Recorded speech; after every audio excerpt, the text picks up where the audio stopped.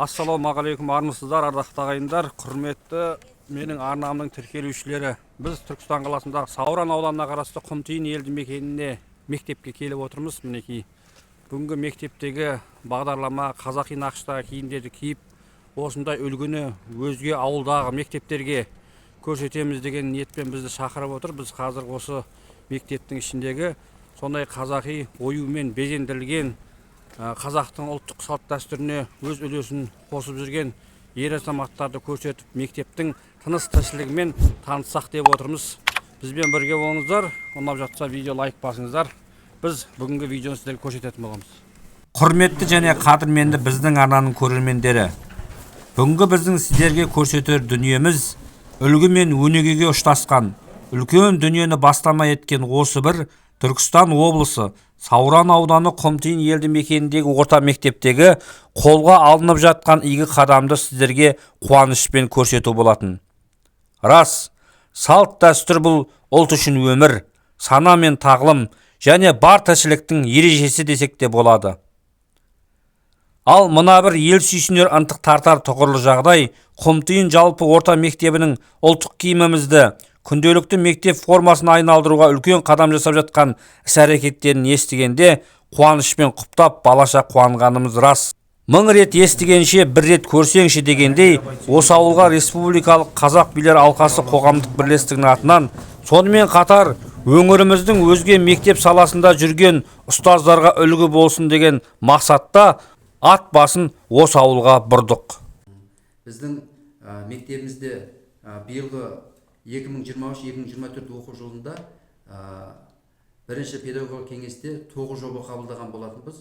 Сол 9 жобаның бірі ұлт дәстүрі, ұлт құндылығы жобасы аясында біз барлық іс-шараларымызды, барлық онкүндіктерді, мектепте өтіліп жатқан барлық іс-шаралардың барлығын осы жоба аясында жүргізіп жатырмыз. Қазіргі таңда осы ұлттық дәстүр, ұлт құндылығы жобасы бойынша мектебімізде оқушыларымызды әр аптаның бірінші күні ұлттық киімде мектепке келу ұйымдастырылған болатын.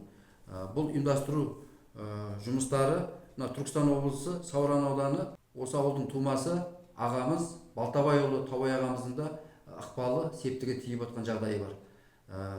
Біз осы өз ұлтымыздың ұлттық дәстүрін насихаттай отырып, оқушыларымызға мынау ұлтымыздың дәстүрін ұғындыру, бойына сіңдіру мақсатында қалыптасып отқан осындай жұмыстарымызды жүзеге асырып жатырмыз.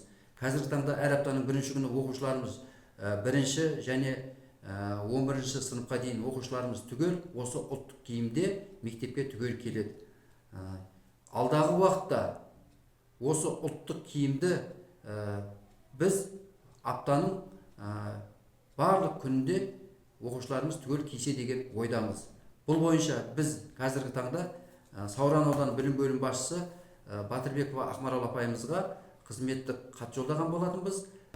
Өздерінің ақыл кеңестерін беріп, осындай бір осы ұлттық киімдерді біз қойған жобаны жүзеге асыратындай болатын болса, біз алдағы уақытта осы аптаның 5 күнінде осы ұлттық киіммен оқушыларымыз түгел мектепке келеді деген ойдамыз.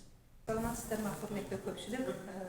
Бүгін бізде Құмтиын жалпы орта мектебіне келіп түсірілім түсіріп жатыр. Біздің сыныбымызда қазір 9-шы Ә сыныбының оқушылары отыр. Осы ел президенті Тоқаев мырзаның басшылығымен ол кісі де өз несінде айтып өтті.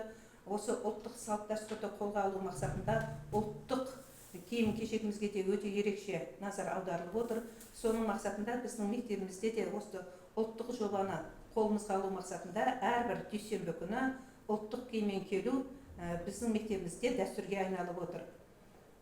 Сол мақсатта біз насихаттау мақсатында оқушылар да, мектеп мұғалімдері де осы ұлттық киіммен келіп жатырмыз.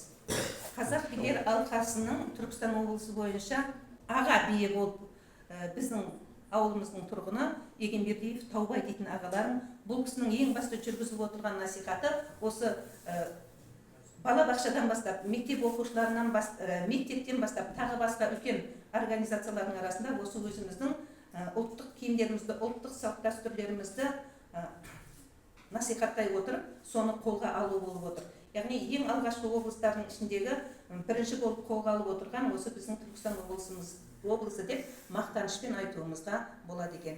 Мінеки көрермендер, осындай үлгі боларлық бастаманы мектеп қабырғасынан ұлт мүддесіне үлес қоссам деп жүрген ер азаматтар әрине әрқашанда ел мақтанышы. Осындай ұлттық құндылығымызға дем беріп жүрген мектеп директоры Шүкірбаев Әмірхан ағамызға ел болып алғысымызды айтсақ дейміз. Еліміздің өзге де аймақтары осы шығарылымнан кейін осы бір бастаманы үлгі тұтып, өз қадамдарында қолданысқа енгізіп жатса, бірлігіміз бен әдет ғұрып пен салт дәстүрімізге дем бергендей болар едік. Сіздер бүгінгі видеомызда не түйдіңіздер, пікір алаңына жаза кетіңіздер. Сіздермен бірге болған Сәкен Әбсеметов, амандық саулықта, жолыққанша күн жақсы болсын ағайын.